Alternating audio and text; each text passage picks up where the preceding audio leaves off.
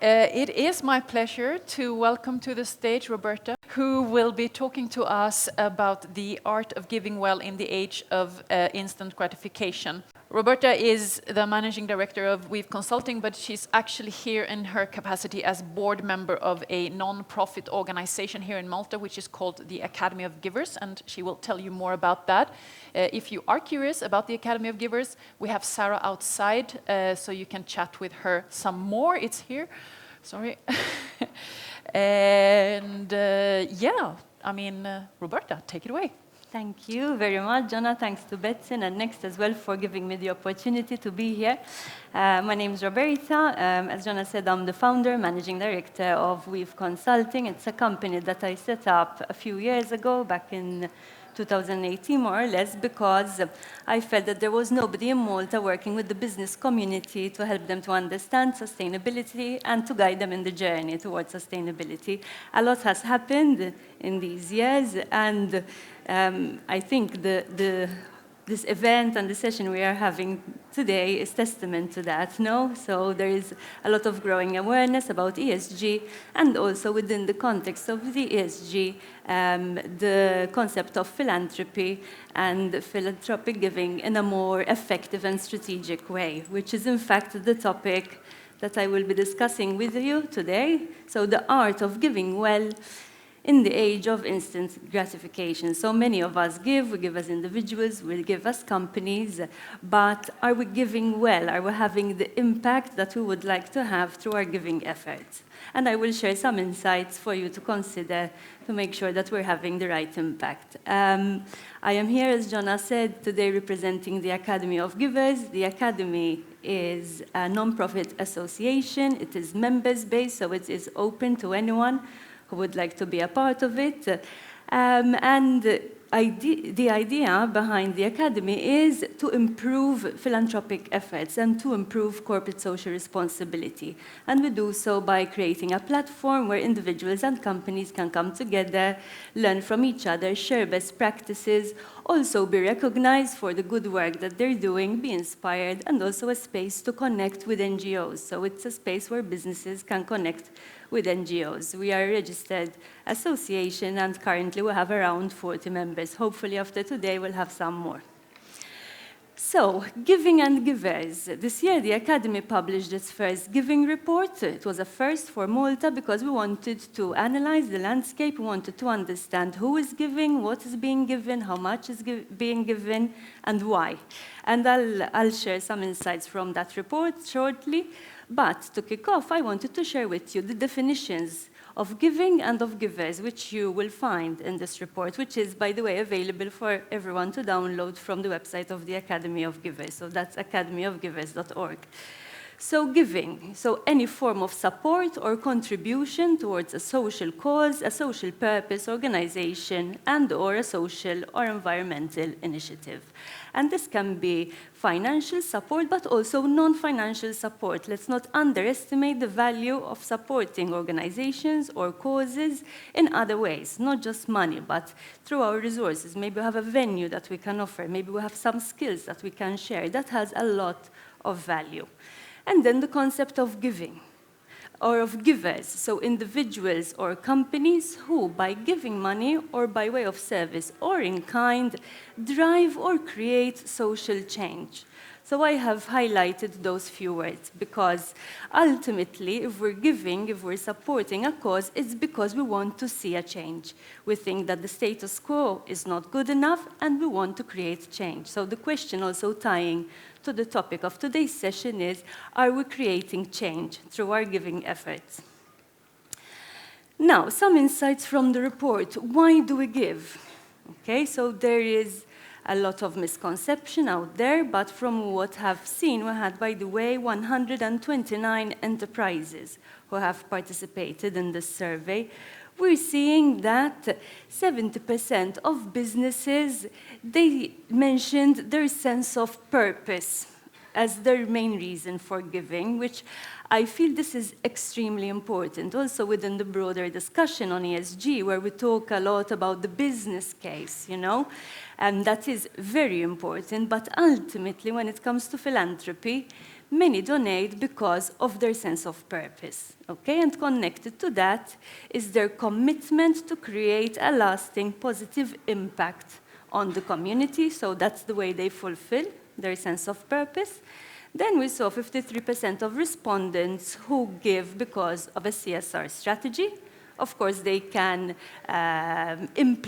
fulfill the sense of purpose through the CSR strategy, and then we saw that out of those who had a CSR strategy, most of them were larger companies. So the smaller companies did not have a CSR strategy.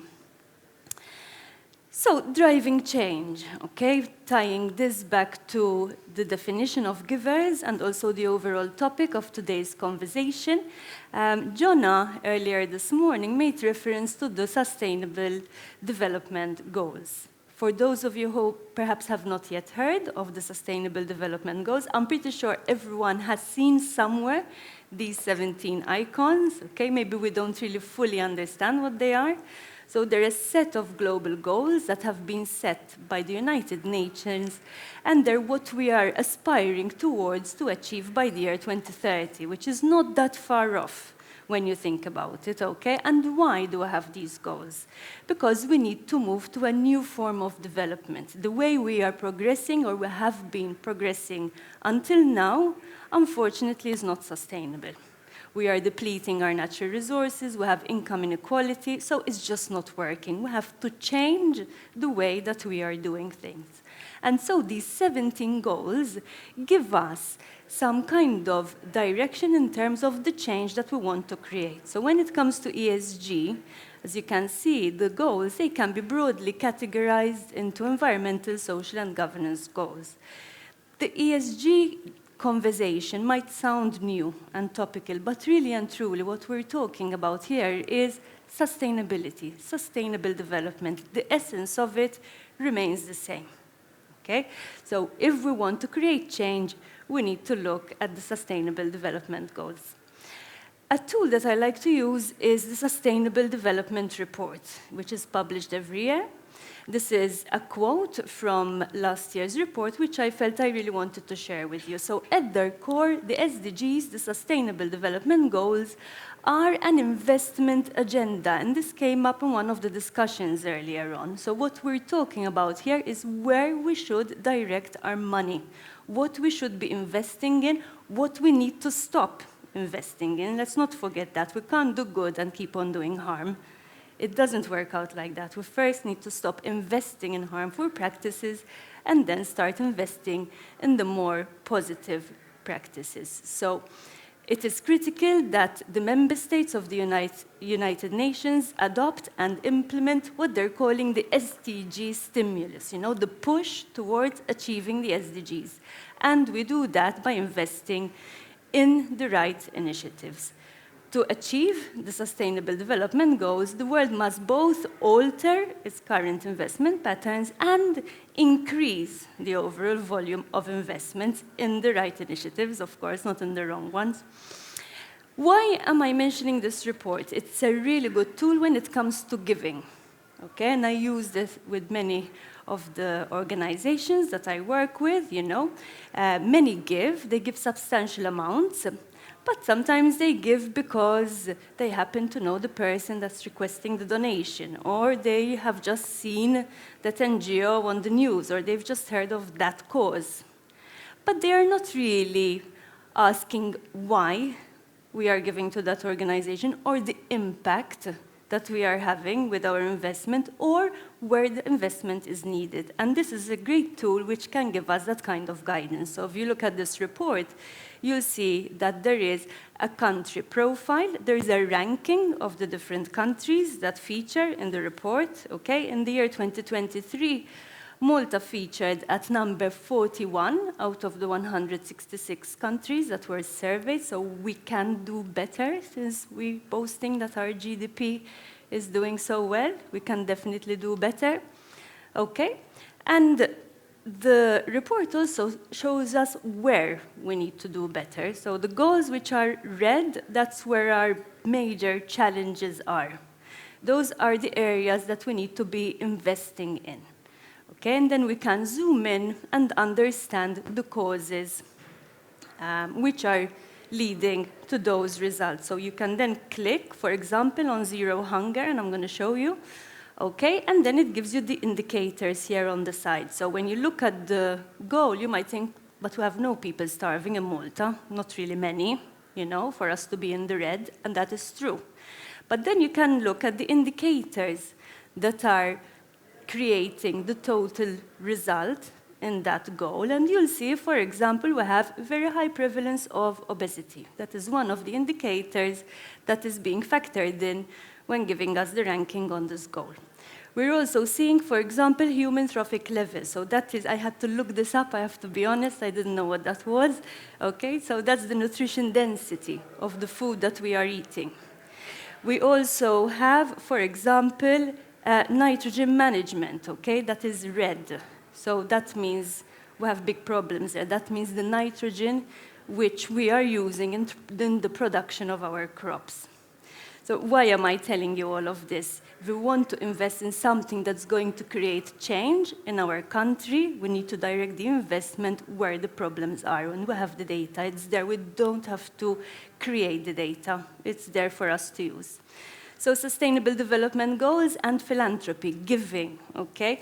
I'm just going to go on a bit of a tangent here. I know traditionally CSR is understood to mean giving. I don't share that understanding, so to me giving is philanthropy. CSR, corporate social responsibility, is companies taking responsibility for their impact through ESG criteria, amongst others, okay? So that's two different things. So how do the Sustainable Development Goals help us in our philanthropic efforts? They help us build our strategies. They give us clear and prioritized goals. They help us stay aligned and focus. They give us a benchmark for measurable impact, okay? We have a benchmark, we have something that we are aspiring towards, the impact that we want to have, and we can measure that impact. They give us good collaboration opportunities. One of the most underlooked goals out of the 17 Sustainable Development Goals is number 17, partnerships. We still struggle, we're not working together. The goals give us the opportunity to work together. You can have business working with NGOs, businesses large and small working together across different countries, working with university. We need to start working together. They're also a valuable instrument for global awareness. They're very recognizable. They're very powerful policy tools. We can influence policy when we base our efforts on the SDGs. They help us mobilize resources, and if we incorporate them in our business strategy, that opens the way for funding opportunities. There are various grants that can be tapped into if you want to work in this area, even as a business. And following the SDGs gives us an opportunity for innovation and knowledge sharing. We're talking here about creating change. When we need to change the way we do things, that leads to innovation. Innovation is not just technology. It can be social innovation. It can be changing our processes. So the SDGs help us to do that. Going back to the report, who to support? Okay, this is what our respondents told us. So 83% of them, they support a VO, a voluntary organization, because they have common values. 100% of the people who replied said that they would support that VO because of the cause that it represents. 90% mentioned the impact of the organization, and 74% factored in whether that organization was compliant with the Commissioner for Voluntary Organizations or otherwise. Some findings and recommendations from the report. I do encourage you to download it and read it. There's also the possibility to just read some snippets if you don't want to read the whole thing. Okay, it's important that we work with an organization that shares our values and that there is a clear communication, so there are clear expectations. Long-term support. I come from the voluntary organization sector, so I understand that very often you have a company, they support you for a one-off project, and that's it. But as an organization, if we want to have an impact, we need long-term support, okay? So let's keep that in mind as donors. Sustainable growth. Businesses generally don't want to finance the operational costs of an organization. They want to finance the projects or the initiatives. But in Malta, especially where you have nearly 2,000 registered organizations, many of them very, very small, if we're looking at impact, we need to be ready to invest in the organizational capacity and in the capacity building of that voluntary organization. Two-way learning, we can learn from voluntary organizations as much as they can learn from us, so it's not like, us and them sort of thing, it's a two-way thing. And the need for data. We need to take decisions based on data, and very often the data already exists. We just need to be looking in the right places. And last and not least, going back to the topic of giving well, ultimately we are doing this because we want to have an impact. So let's start measuring that impact. So impact measurement, that's the only way to improve what is being done. We can't know if we're creating change if we're not measuring it, no? So on a final note, I really do urge you to consider becoming members of the Academy. There's my colleague Sarah here today. I'm sure she'd be more than happy to help you fill in your membership forms. It's a space where you can network with others, learn from others. We organize various events and workshops throughout the year. By joining, you'll also part of European and international organizations such as CSR Europe and also the International Philanthropy Network. And ultimately, it's a way for you to be able to improve your social impact. So thank you very much for listening, and I hope to see you.